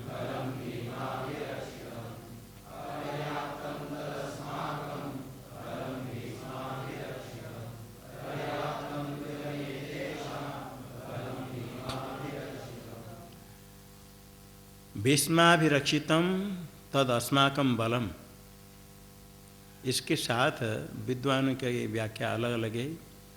कोई पर्याप्त का पहले अन्वय करके दूसरे में अपर्याप्त कहते हैं कोई ऐसे यथावर्थ करते अस्माकं भीष्मा अभिरक्षितम बलम अपर्याप्तम पर्याप्त नहीं है अपर्याप्त मतलब कम हो जाएगा पर्याप्त है तो बहुत बलवान है तो पर्याप्त है कहेंगे तो भीष्म के द्वारा रक्षित हमारा बल बहुत है उनको जीतने के लिए पर्याप्त है। और एतेषाम तो भीमाभिरक्षितम बलम पर्याप्त वहाँ अपर्याप्त का अन्वय करते भीम के द्वारा रक्षित जो बल उनका बल है वो पर्याप्त नहीं है वो कम है ऐसे आगे पीछे अन्वय करते वो पर्याप्त नहीं है अपर्याप्त है। हमारा जो बल है पर्याप्त है बहुत है हमारा पर्याप्त है उनका अपर्याप्त है उनका बल अधिक नहीं है उसको हम जीत लेंगे सुगम है ऐसे भी कोई कहते हैं। और जैसे अर्थ अपर्याप्त कहेंगे तो हमारा बल पर्याप्त नहीं अपर्याप्त अर्थात तो हमको जीत नहीं सकते कि भी कह सकते अथवा हमारे कम है ऐसे वो अर्थ हो सकता है। किंतु यहाँ दुर्योधन कहना चाहता है भीष्म के द्वारा रक्षित बल होने से हमारा तो बहुत अधिक है। अरे भीम रखा है वो क्या है खाने खाली खाने में लगा है वो उसका बल क्या होगा वो इतने बहुत नहीं है। तो पर्याप्त कहेंगे जीतने के लिए पर्याप्त जीत सकते हैं अपर्याप्त का अन्वय करेंगे उसके साथ तो बहुत नहीं है हमारा बल पर्याप्त है क्योंकि भीष्म ने रक्षा की ऐसे कह करके हमारा बल अधिक है ये कहना चाहते थोड़े उनको उत्साह देने के लिए। अयनेषु च सर्वेषु यथा भागमवस्थिताः भीष्ममेवाभिरक्षन्तु भवन्तः सर्व एव हि।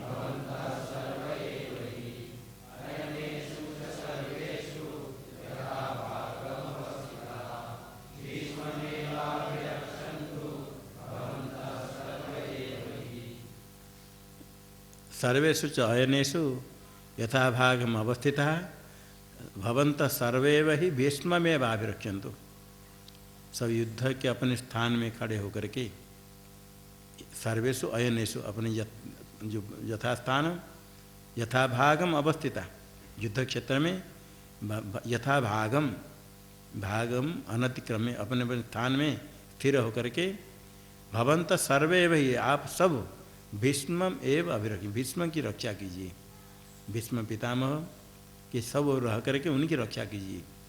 ये सेना रचना करने वाले भीष्म पितामह मध्य में है सबके को उपदेश करके युद्ध होगा तो भीष्म की रक्षा कीजिए सब तरफ उनके घेर कर रहिए अपने स्थान में डट रह करके। तस्य संजनयन हर्षम कुरु वृद्धः पितामह सिंहनादं विनद्योच्चैः शंखं दध्मौ प्रतापवान्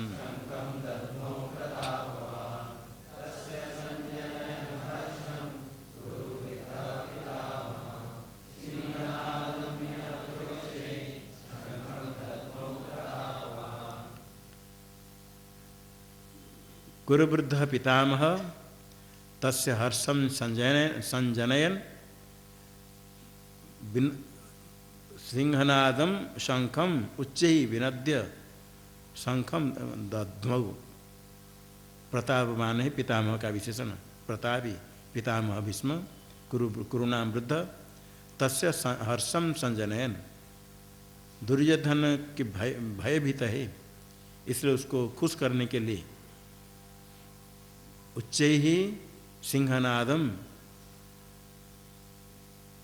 शंखम दध्मौ विनद्य जोर से आवाज जैसे हो उच्चैः विनद्य उस जोर से शंख को बजा दिया पुंग दिया गर्जना करके वैसे सिंहनादम सिंह के नाद जैसे सिंह जैसे गर्जन करता है इस प्रकार जोर से गर्जन करके शंख को फूंका तो उसको थोड़ा इतने भय नहीं है हम है जोर से शंख बजाया जो भीष्म ने शंख बजाया तो फिर अन्य ने बजाने लगे ततः शंखाश्च भैर्यश्च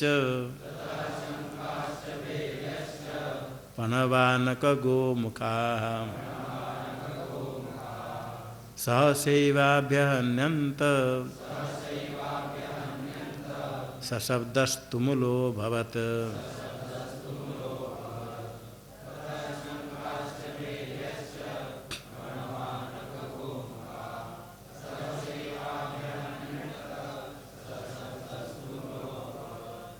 ततः शंखाश्च भैर्यश्च पणव आनक गोमुखा पणव आनक गोमुख अलग अलग सब वाद्य है सहसा एवं अभ्यहन्यंत शीघ्र ही सब बजने लगे सब बजाने लगे शंख भेरी पणव मृदंग और ढोल नगारे सब कुछ बजाने लगे वो शब्द तुमुल हो गया अत्यंत भयंकर हो गया सब बजाने लगे ततः श्वेतैर्हयैर्युक्ते महति स्यन्दने स्थितौ माधवः पाण्डवश्चैव दिव्यौ शंखौ प्रदध्मतुः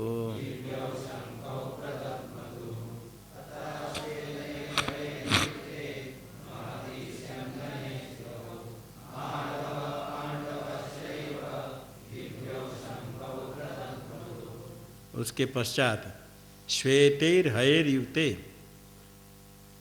महति स्यन्दने स्थितो माधव पांडवस्यैव दिव्य शंख प्रदध्मतु श्वेत घोड़े से युक्त महति स्यन्दने स्थितो बड़े रथ पर स्थित माधव और पांडव भगवान श्री कृष्ण और अर्जुन दिव्यो शंखो प्रथम दिव्य शंखों को बजाने लगे दोनों पांचजन्यं हृषिकेशो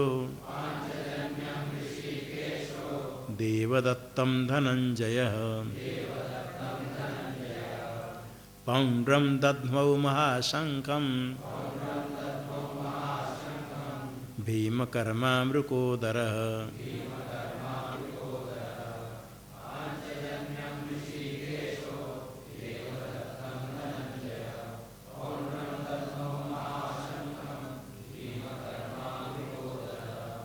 भीष्म पितामह ने जब शंख फूंका बजाया संजय ने कहा उसको खुश करने के लिए वो शंख बजाया बड़े जोर से शंख का कोई विशेषण नहीं है यहाँ जब भगवान और अर्जुन शंख बजाते हैं क्या दिव्यम दिव्य शंखो प्रदत्मतु ये सामान्य संख्या नहीं है ये अर्जुन और श्री कृष्ण का शंख दिव्य है अलौकिक है भीष्म पितामह का शंख कहते समय दिव्य नहीं है और उनके पास अन्य जो शंख भेरी बजाने लगे वहाँ कोई शंख का नाम कुछ नहीं है और यहाँ शंख के लिए कहते हैं दिव्य शंख केवल दिव्य नहीं नाम भी बताते ऋषिकेश भगवान का शंख का नाम पांचजन्यम और धनंजय अर्जुन ने शंख बजाया उसका नाम देवदत्तम ऐसे नाम सुंदर है देवैः दत्तम पांचजन्यम और भीमकर्मा वृकोदर पौंड्र महाशंखम पौंड्रम तद्मऊ।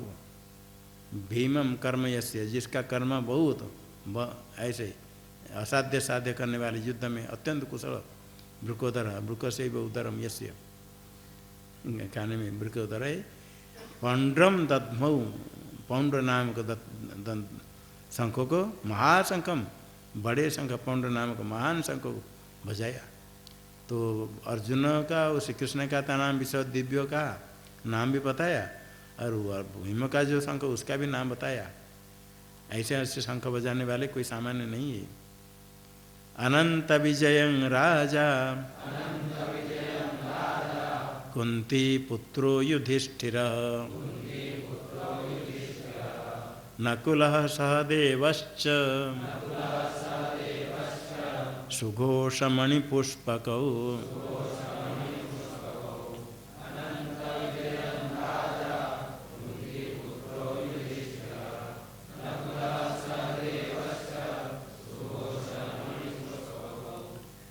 कुंती पुत्र राजा युधिष्ठिर अनंत विजयम, अनंत विजयम शंखम दध्मौ, उसके साथ क्रिया का अन्य हो जाएगा। युधिष्ठिर, कुंती पुत्र युधिष्ठिर राजा, उनका विशेषण देते राजा। संजय कहते राजा तो युधिष्ठिर ही है। राजा कुंती पुत्र युधिष्ठिर शंख बजाए, अनंत विजयम उनका नाम, शंख का नाम है। और नकुल सहदेवश्च, अभी सुघोष मणिपुष्पकौ, एक सुघोष नकुल का और सहदेव का है मणिपुष्पक नाम, दोनों का नाम, सबका नाम, शंख का नाम ऐसे बजाए। काश्यश्च परमेश्वासः शिखंडी च महारथः धृष्टद्युम्नो विराटश्च सात्यकिश्चापराजितः।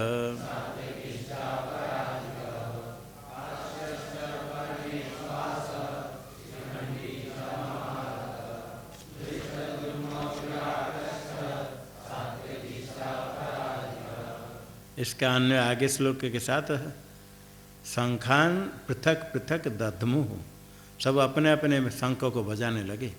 काश्य परमेश्वास महाधनुर्धारी काश्य है। शिखंडी च महारथ, शिखंडी सामान्य नहीं, वो भी महारथ है। शिखंड है श्मश्रु शून्यता, दाढ़ी मूछ नहीं हो तो शिखंड है। शिखंडी है श्मश्रु, दाढ़ी मूछ रही तो शिखंडी है। यही है सामने आकर के भीष्म को मारा। धृष्टद्युम्नो, जो बल को बल, धृष्टम द्युम्नो यस्य, जिसका बल पर धर्षक, दूसरे को दबाने वाला है धृष्टद्युम्नो। विराट है, शत्रु को विशेष से चिल्लाता है। जब खड़ा हो जाएगा युद्ध करने में, शत्रु डर करके चिल्लाएगा। सात्यकिश्च अपराजित, और सात्यकी न पराजित, कभी पराजित नहीं होने वाला, जीतने वाले हमेशा ऐसे। द्रुपदो द्रौपदेयाश्च सर्वशः पृथिवीपते सौभद्रश्च महाबाहो शंखान् दध्मुः पृथक् पृथक्।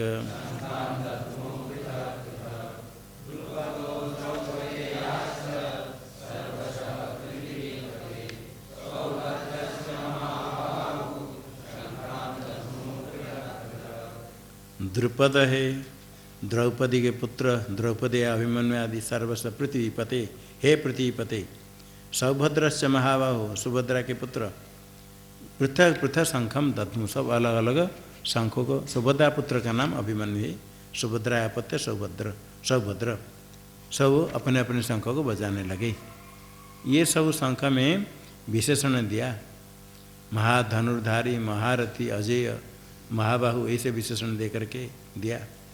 अर्थात उनके पांडव सेना में ऐसे ऐसे है, उनका शंख का नाम कैसे देखो, और उसको महारथ है, अपराजित है, कैसे कैसे है, विशेषण दिया।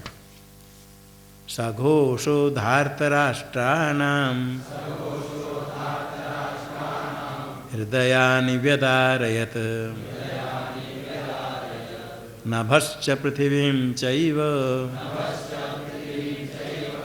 तुमुलो व्यनुनादयन्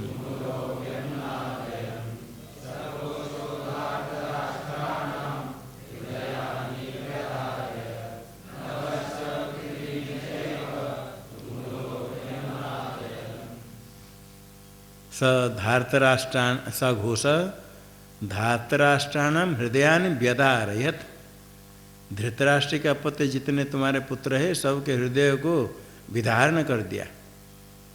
इतने हृदय मतलब विदीर्ण हो गया, हृदय बुद्धि हृदय जैसे पट गया, शब्द सुन करके डर कर कंपने लगे। और ऐसे शब्द हुआ नभश्च पृथ्वी चैव तुमुलो व्यनुनादयन्। आकाश पृथ्वी सारा ब्रह्मांड ऐसे शब्द होने लगा, सब कांपने लगे पूरा आकाश पृथ्वी सब शब्द से भी अनुनादन, उसके पीछे नाद करते करते ऐसे शब्द गुंजन हुआ, सब फैल गई सब तरफ सर्वत्र। अथ व्यवस्थितान् दृष्ट्वा धार्तराष्ट्रान् कपिध्वजः प्रवृत्ते शस्त्र संपाते धनुरुद्यम्य पांडवः।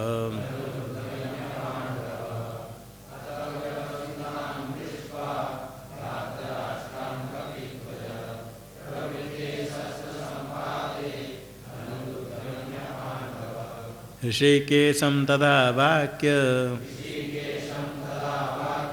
मिदमाह महीपते।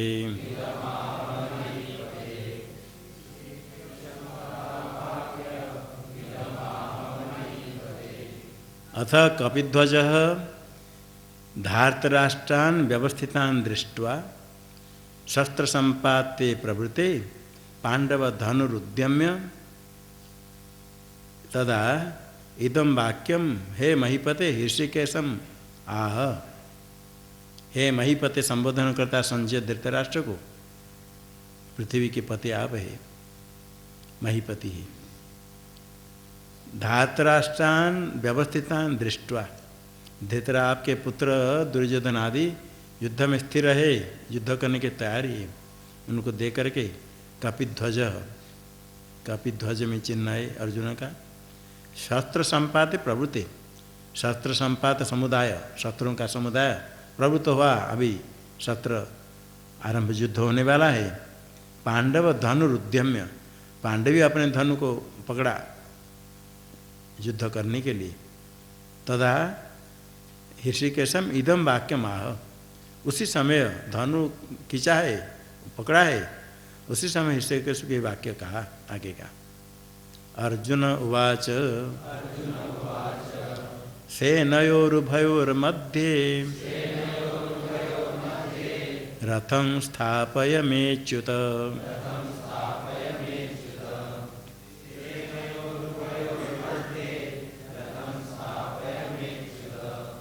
युद्ध क्षेत्र में उपस्थित होकर के सामान्य भगवान है, अर्जुन धनुर्धारण करते हुए धनुर्धारी है, फिर भी कहते हैं इसी से शिक्षा लेनी चाहिए, ऐसा कोई कार्य करते समय सहसा नहीं करे, आगे पीछे विचार करके सोच करके इसका फल क्या हुआ, कौन है, कहाँ मैं जा रहा हूँ, किसके लिए क्या कह रहा हूँ, सब विचार कर करे। अर्जुन भी महाधनुधारी, वो भी शंख बजा दिया, तुरंत धनु मारना सर छोड़ना चाहिए, कहते थोड़ा देखने के लिए कहता है। ऋषिकेशम तदा वाक्यम इदम आह, ऋषिकेश से कहते हैं उभयो सेनयोर मध्य हे अच्युत में रथम स्थापय। हे अच्युत, अच्युत स्वरूपाच्युतिर न भवति यस्य स अच्युत है, भगवान का नाम अच्युत है, उस स्वरूप से कभी च्युत होते ही नहीं है। जितने कुछ भी होने पर भी अधिष्ठान परमात्मा स्वरूप हमेशा ही एक रूप है। रज्जु में सर्प भ्रम होता है, लोग सर्प सोचकर डरते हैं, भागते हैं, किंतु जितने लोग को डरने पर भी तो रज्जु रज्जु ही है, भ्रांति से सर्प दिखता है।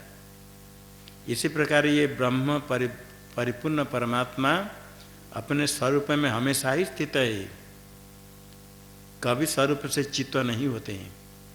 ये नहीं कि सृष्टि हो गई प्रलय हो गया, कुछ परमात्मा में कहीं कुछ विकार आ जाएगा, स्वरूप में हानि हो जाएगी, ऐसा नहीं। शुद्ध ब्रह्म तो निर्माया स्वरूप हमेशा एक रूप है। माया भी ईश्वर ही, उनका जो ऐश्वर्य है, उनकी शक्ति है, सर्वज्ञत्व है, उसकी भी च्युति नहीं होती, कभी त्याग नहीं होता है, हमेशा ही रहते अच्युत। आप अपने स्वरूप में स्थित है, सर्वज्ञ सर्वशक्तिमान आप है। तो इसमें थोड़ा सा दोनों के बीच में उभय और सेना और मध्य में रथम स्थापय, मेरा रथ का स्थापन कीजिए। अभी भगवान सारथी रूप से अर्जुन आज्ञा देता है, दोनों सेना के बीच में रथ रखो, और सारथी बन करके लगाम पकड़ कर बैठे तो ये आज्ञा देंगे, पालन करना पड़ेगा, आदेश देते हैं। तो भगवान है भक्तवत्सल, क्या नहीं कर सकते हैं, भक्त की आज्ञा भी पालन करते हैं। भक्त का अभिशाप देता है तो भी ग्रहण करते हैं, खुश होकर ग्रहण करते हैं, किंतु भक्त का कल्याण करते हैं। अभिशाप ले लेंगे फिर भी कल्याण करते हैं। ये तुलसीदास ने दृष्टांत दिया, कुठार से चंदन वृक्ष का छेदन करेंगे, कुठार उसको छेदन करता है, किंतु चंदन वृक्ष अपने सुगंध कुठार को देता है, कुठार में सुगंध आ जाता है। छेदन करने वाले को भी अपने सुगंध देता है, विरोध नहीं करता है। संत का ऐसा है स्वभाव, कोई उसके विरुद्ध हिंसा करे तो भी संत कृपा करते हैं, बाहर से दिखता नहीं। संतों के दर्शन से, स्पर्श से भी लाभ होता है। कितने असुर सोचते थे भगवान मुझे मार दे, क्योंकि उनके हाथ से मृत्यु हो जाए तो भी स्वर्ग को जाएंगे। तो दर्शन से तो लाभ है, यदि वो मारते तो भी लाभ है। कोई संत की निंदा करते, कुछ कहते, संत को देखा तो भी दर्शन से तो लाभ होता है। गंगा जल के दर्शन से भी पुण्य है। तो कल्याण करते हैं संत, दर्शन दे करके भी कल्याण, सब की कृपा करते हैं। भगवान भी भक्त वत्सल है, आज्ञा भी पालन करते हैं। अरे भक्तों को दर्शन भी देते हैं। भक्ति चाहिए, इच्छा जिज्ञासा चाहिए, तो कलयुग होने पर भी परमात्मा दर्शन देते हैं।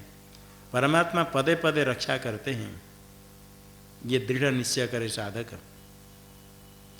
यावदेता निरीक्षे हम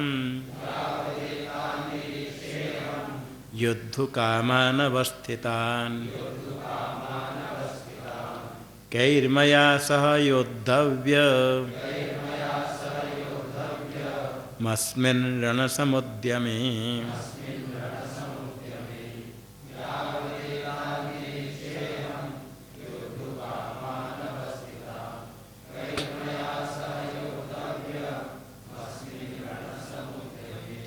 ये भी पहले कह देते हैं, जल्दी वापस नहीं लाना, जब तक मैं देखूं।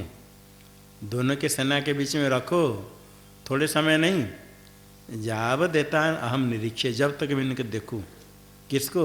युद्धु कामान अवस्थितान, युद्धु कामान, जो उपस्थित है रण क्षेत्र में युद्ध करने की इच्छा से, इनको जब तक मैं ठीक ठीक निरीक्षण कर लूँ तब तक। कैर सह मया युद्धव्यम अस्मिन् रण समुद्य में, रण भी प्रारंभ हो रहा है, इसमें कई सह किन के साथ मुझे लड़ना है, इनको थोड़ा मैं देख लूँ, इसका स्पष्ट करके देखने तक रही। योत्स्यमानानवेक्षे हम य एतेऽत्र समागताः धार्तराष्ट्रस्य दुर्बुद्धेर् युद्धे प्रियचिकीर्षवः।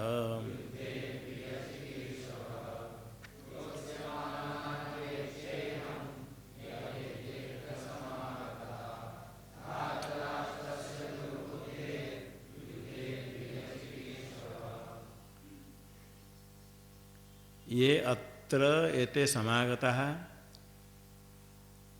युत्स्यमानान् अहम अवेक्षे धातराष्ट्र दुर्बुद्धेर धातराष्ट्रस्य युद्धे प्रिय चिकीर्षवः ये एते अत्र समागताः तान् युत्स्यमानान् अहम अवेक्षे।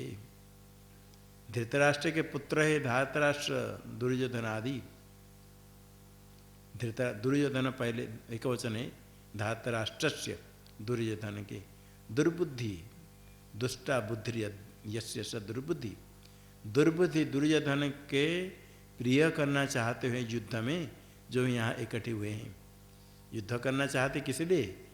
दुर्योधन के तरफ से युद्ध करते हैं, उसका प्रिय राज्य प्राप्ति करना चाहते हैं, किंतु धृतराष्ट्र दुर्बुद्धि है, अत्यंत बुद्धिहीन है। जो अधिकार है थोड़ा सा भी राज्य देने के तैयार नहीं हुआ। ये दुष्ट बुद्धि है। जब बुद्धि पलट जाती है, रजोगुण बढ़ जाता है, तब ये सब कर्तव्य अकर्तव्य बुद्धि का स्फुरण नहीं होता है, बुद्धि भ्रष्ट हो जाती है। दोष युक्त बुद्धि, दुर्बुद्धि, दुष्टा बुद्धि यस्य। फिर भी उसका प्रिय करना चाहते हुए जो यहाँ इकट्ठे हुए हैं, युष्यमानान, जो आगे लड़ेंगे उनको थोड़ा मैं देख लूँ। संजय उवाच एवं मुक्तो हृषीकेशो गुडाकेशेन भारत सेनयोरुभयोर्मध्ये स्थापयित्वा रथोत्तमम्।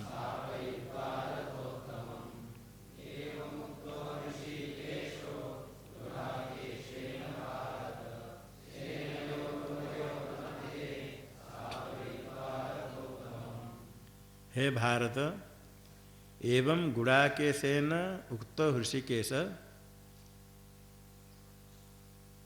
उभयोः सेनयोर्मध्ये रथोत्तमं स्थापयित्वा।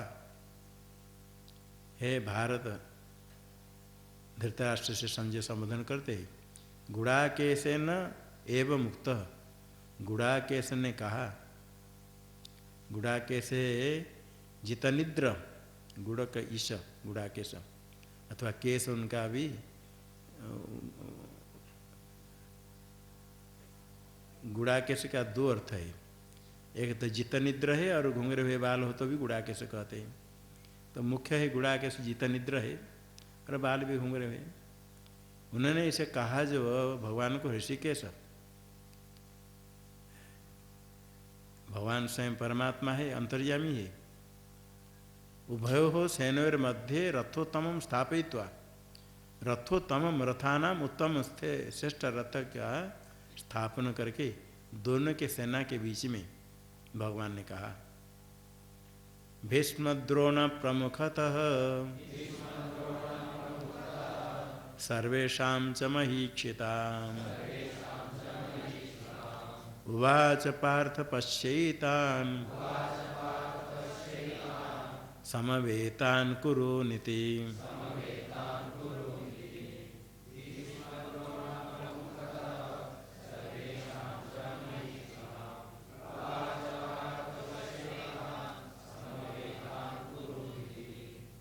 भीष्म द्रोण प्रमुखतः सर्वेषां च महिष्यितान्, उनके सामने रथोत्तमं स्थापयित्वा। नहीं, इनको देखो, भीष्म द्रोण प्रमुखतः सर्वेषां महिक्षिताम्। हाँ, इनके नहीं, सर्वेषां महिष्यिताम् मध्ये रथोत्तमं स्थापयित्वा। दोनों के बीच में रथ को रख करके उवाच, कहा भगवान ने, हे पार्थ, एतान समवेतान कुरुन पश्य इति।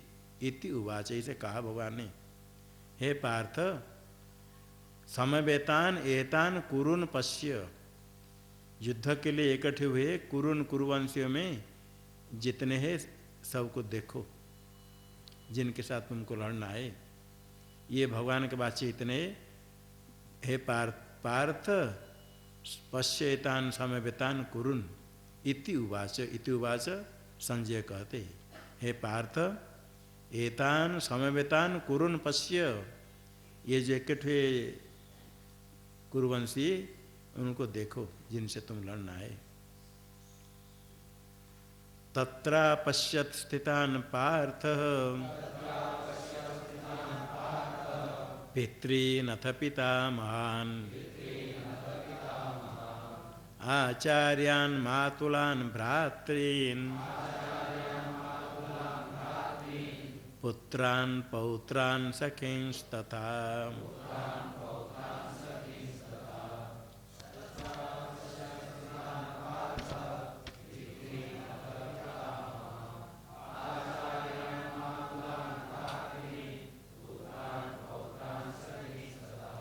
शशुरान् सुहृदश्चैव सेनयोरुभयोरपि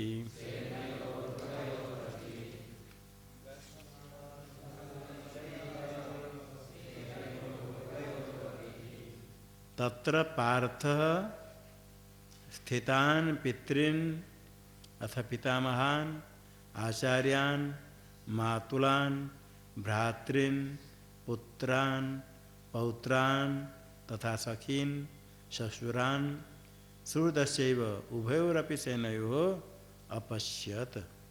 उभयोरपि सेनयोः स्थितान्, दोनों सेना में स्थित इन सब को देखा। तत्र अपश्यत, तत्र उभयोरपि सेनयोः स्थितान्, दोनों सेना में स्थित मध्य में रह करके देखा, दोनों तरफ देख रहा। तत्र उभयोरपि सेनयोः स्थितान् अपश्यत, दोनों सेना में स्थित इनको देखा। किसने देखा? पार्थ। पार्थ अपश्यत, पार्थ अर्जुन ने देखा, पितापुत्र। पितृन, पितृन बहुवचन दिया है पितृव्याधि लेने के लिए। पिता और पिता के भाई पितृव्य भूरि सर्व प्रभृति। अथ पितामहान, पितामह भीष्म सोमदत्त आदि। आचार्यान, आचार्य है गुरु, द्रोणाचार्य जाते हैं, अन्य भी उनके समान आचार्य बहुत है। मातुलान, शल्य शकुनि आदि। भ्रातृन, भ्राता सब है। पुत्रान, लक्ष्मण अभिमन्यु आदि उनके पुत्र पौत्रान तथा सखिन अश्वत्थामा जयद्रथ आदि। ससुरान, सब के ससुर। सुहृदश्चैव, मित्र है, प्रत्युपकार की अपेक्षा के बिना जो उपकार करता सुहृदय। कृतवर्म, भगदत्त, सात्यकी आदि है। दोनों सेना में ये सब स्थित थे, उनको अर्जुन ने देखा। तान समीक्ष स कौन्तेयः सर्वान् बन्धून् अवस्थितान् कृपया परयाविष्टो विषीदन्निदमब्रवीत्।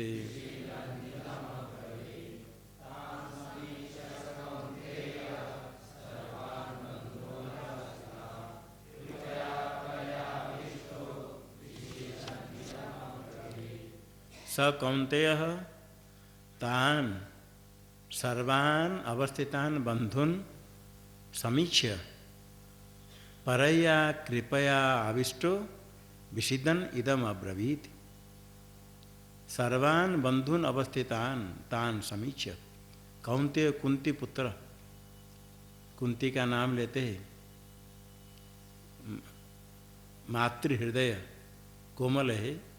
अभी अर्जुन इस प्रकार कुंती पुत्र होने से वो भी थोड़ा कोमल स्वभाव है, दुखी हो जाता है।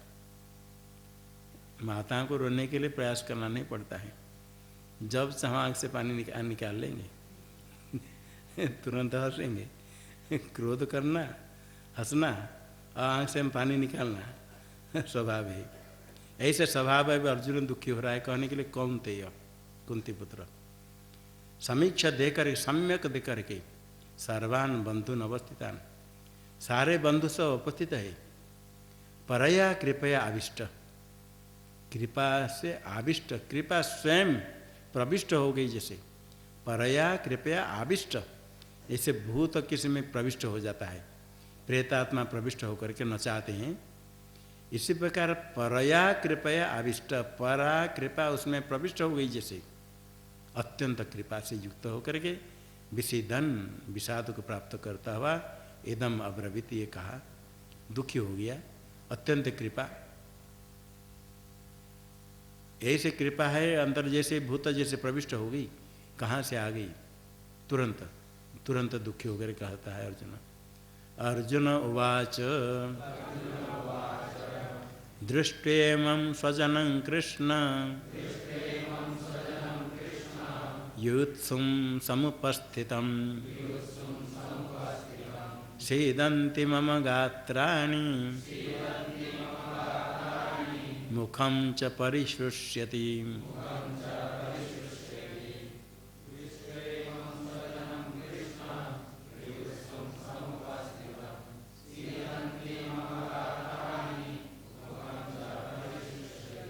वेपथुश्च शरीरे मे रोमहर्षश्च जायते।